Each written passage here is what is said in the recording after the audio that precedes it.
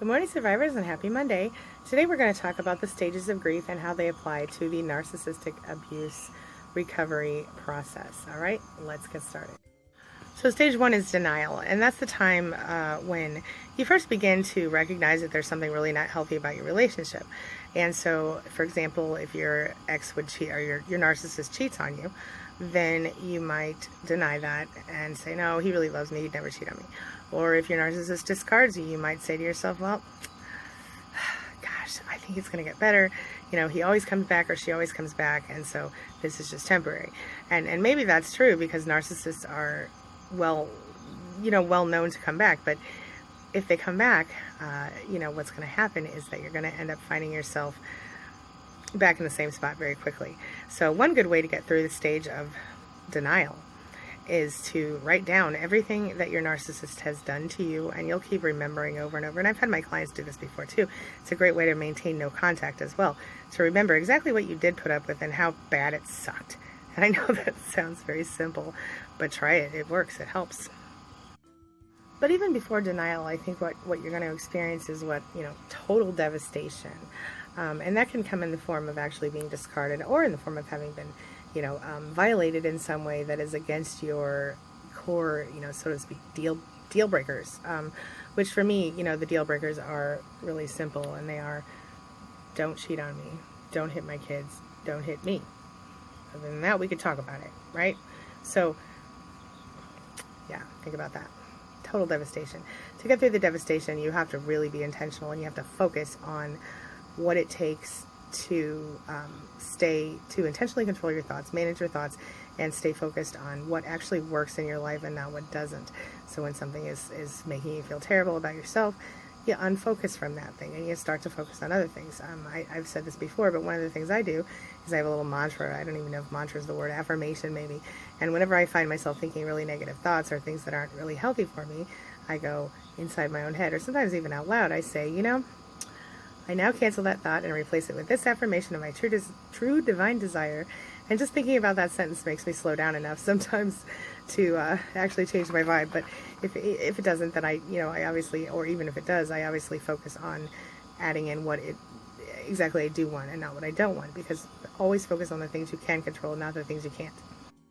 So, obviously the devastation is a part that's very painful. And then once you get through that part and you do the denial and everything, a lot of times we find that we want to start educating ourselves at this point, and this is when you find me and people like me, and this is where you come across something and you go, that sounds very familiar. Maybe I'm not crazy. Maybe I really didn't do it. Maybe I'm really not the problem here. So then you can take that information and use it to move forward in your life. When you learn that it really wasn't your fault, a lot of times that will take you to a new place where you can actually really start to heal and create the life that you want. So you have to take the time to educate yourself. Now you can do that here on my YouTube channel.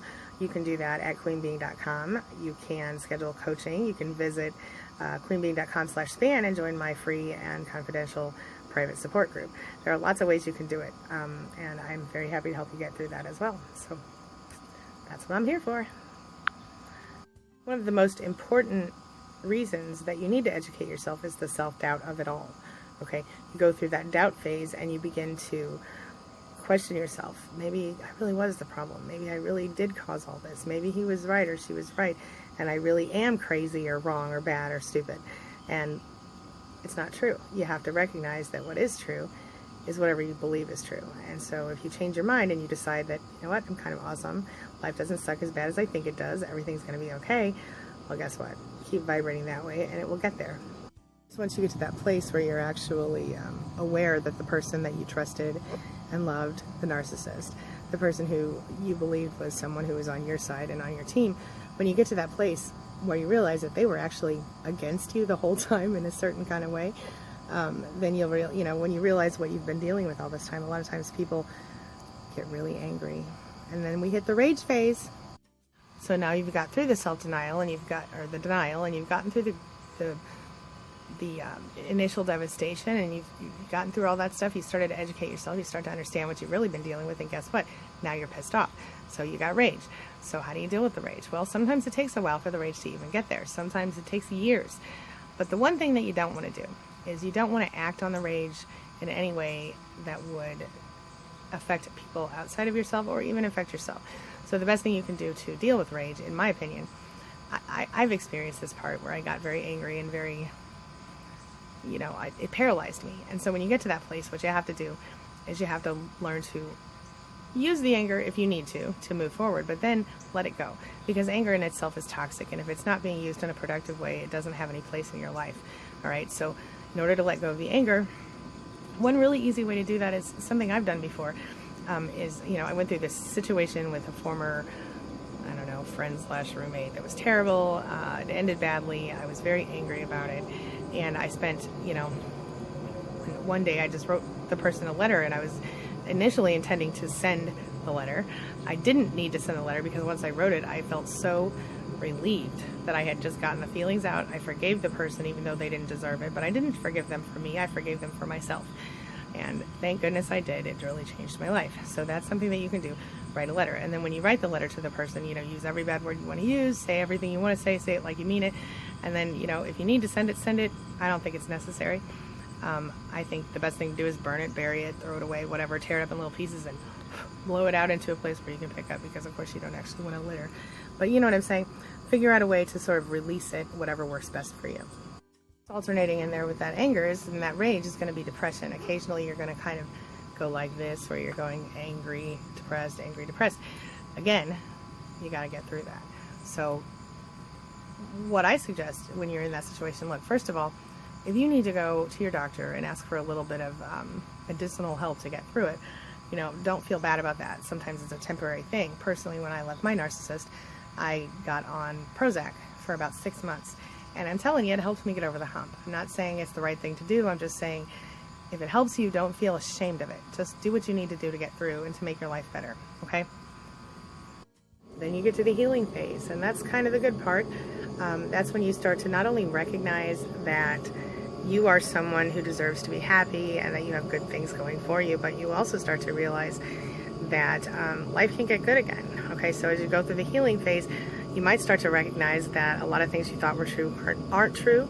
You might start to think that being in such a phase has affected your life in horrible ways, but at the same time, you also start to realize that you're stronger than most people now that you've been through this.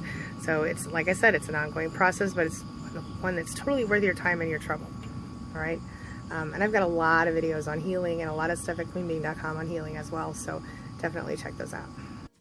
Finally, you go through the self-discovery phase, and that's the phase, at the point at which you go, okay, I've gotten through this, I've survived, I'm alive, I'm okay, things are going to get better, and things start to get better. It's all the way that you choose to see it, all the way that you choose to live your life from here on out.